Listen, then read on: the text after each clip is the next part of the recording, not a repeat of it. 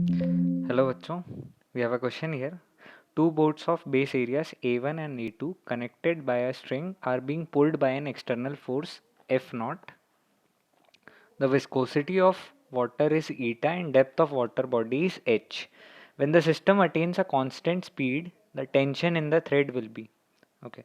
तो हमारा जो विस्कस फोर्स होता है,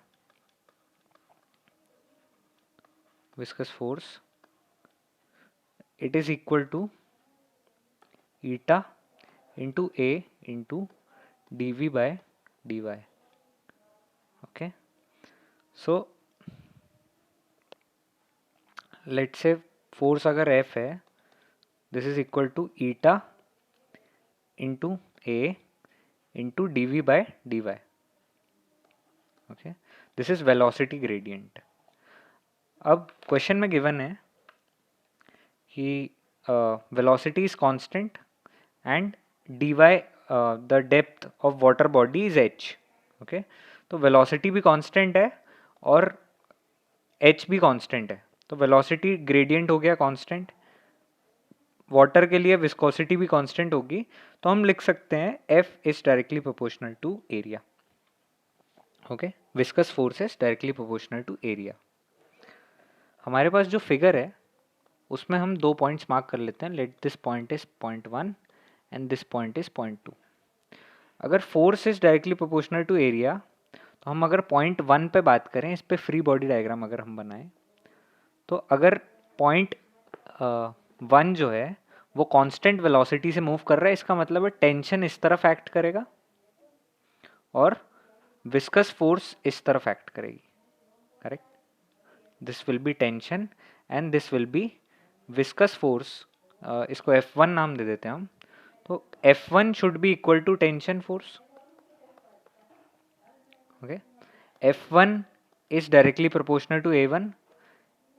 दिस implies कि T is also proportional to A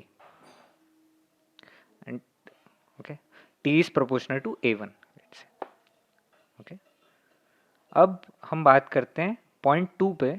point 2 पे क्या हो रहा है कि अगर ये पॉइंट कांस्टेंट वेलोसिटी से मूव कर रहा है, इसका मतलब है कि इस पॉइंट के अबाउट भी फोर्सेस, नेट फोर्स जीरो होना चाहिए.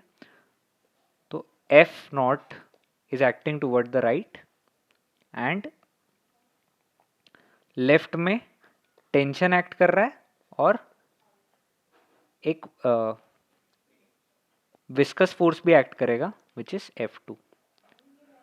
So this implies F2 is directly proportional to A2. Okay, and T is directly proportional to A1. ये हमने पहले देख लिया था. Also F naught is equal to T plus F2. अगर पॉइंट 2 कांस्टेंट वेलोसिटी से मूव कर रहा है, तो इसका मतलब है कि summation of forces about this point is zero. So T plus F2. Okay, F naught हुआ.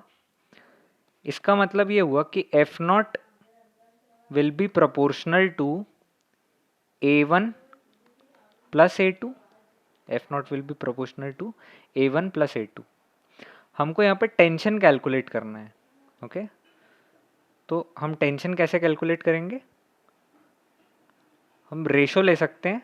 This equation, let's say this is equation 1 and this is equation 2. हम दोनों का अगर रेशो ले लें, तो tension by this external applied force F naught is equal to by 1 and 2.